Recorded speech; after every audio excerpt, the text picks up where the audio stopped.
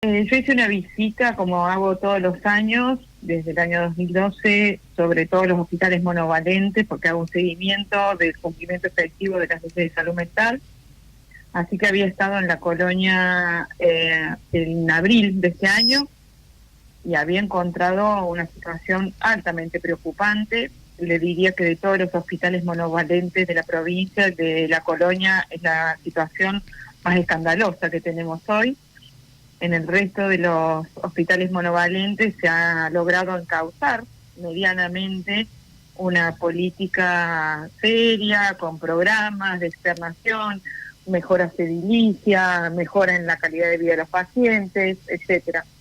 En Oliva esto no ha sucedido, no solamente que no ha sucedido, sino que se van agravando las condiciones de vida de los pacientes, tanto desde el punto de vista edilicio, donde usted sigue teniendo pabellones que son absolutamente inhabitables, los pacientes con ropa absolutamente inadecuada, los colchones desgastados, la falta de elementos de abrigo, la falta de equipo profesional. Usted tiene una población de aproximadamente, en el mes de abril, cuando estuve, datos oficiales, 456 personas en la colonia, y usted tiene 11 psiquiatras, 11 trabajadores sociales y un número similar de psicólogos, lo cual hace el sentido común, no hace falta ser muy especialista para darse cuenta que no hay ninguna posibilidad que un equipo conformado con esa cantidad de profesionales pueda abordar la complejidad de 450 personas.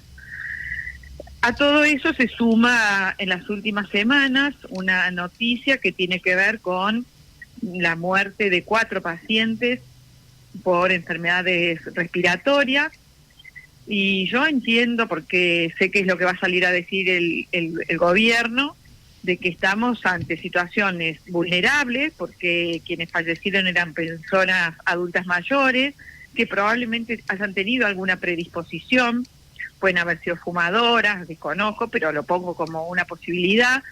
Ahora, lo grave es que se hayan producido simultáneamente estas 4 muertes y que nosotros, por ejemplo, no tengamos acceso a la información de cuáles fueron las medidas preventivas para la época estacional que se tomaron con esta población altamente vulnerable. Pero además que habría, esto ya lo hablo en potencial, las 4 muertes sucedieron, pero esto que le voy a decir es en potencial, habría 11 casos más en otra villa, 2 casos más en otra villa, y yo lo que me pregunto es, bueno, a ver, si las calefacciones no andan, si las frazadas no son suficientes, no tenemos registro de que hayan estado vacunados, porque tengo entendido que los registros que se llevaban en relación a la atención primaria de salud no están siendo efectuados en el último tiempo, por lo tanto tampoco sé si esas pacientes estaban o no vacunadas, cuáles fueron las medidas que se tomaron apenas se detectaron los síntomas. Bueno, estas cuestiones fueron motivo de un pedido de informe.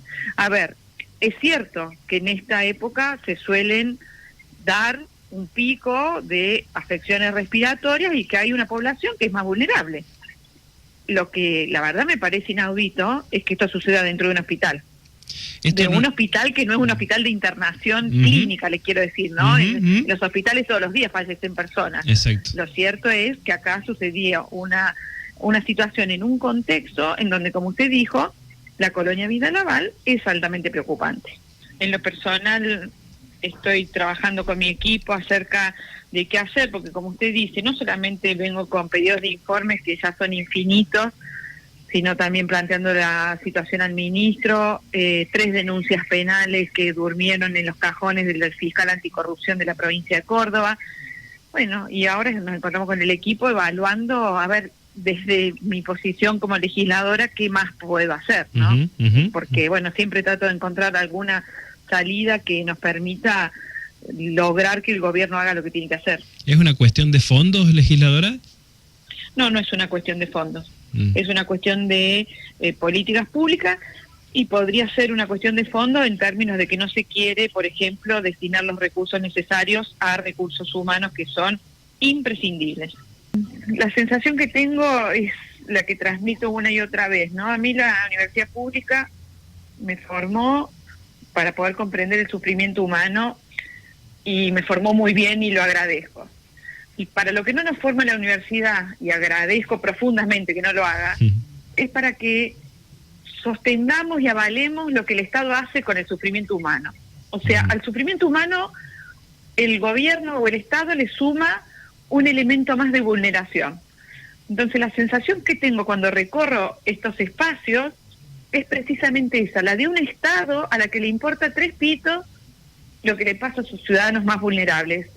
Porque en la colonia Vidal Aval, como en Belleville, como en Santa María, se dan dobles vulneraciones, y la del Estado es la tercera. La primera es el padecimiento psíquico, la segunda es la pobreza, y la tercera es la que hace el Estado. O sea, son los más vulnerables entre los vulnerables.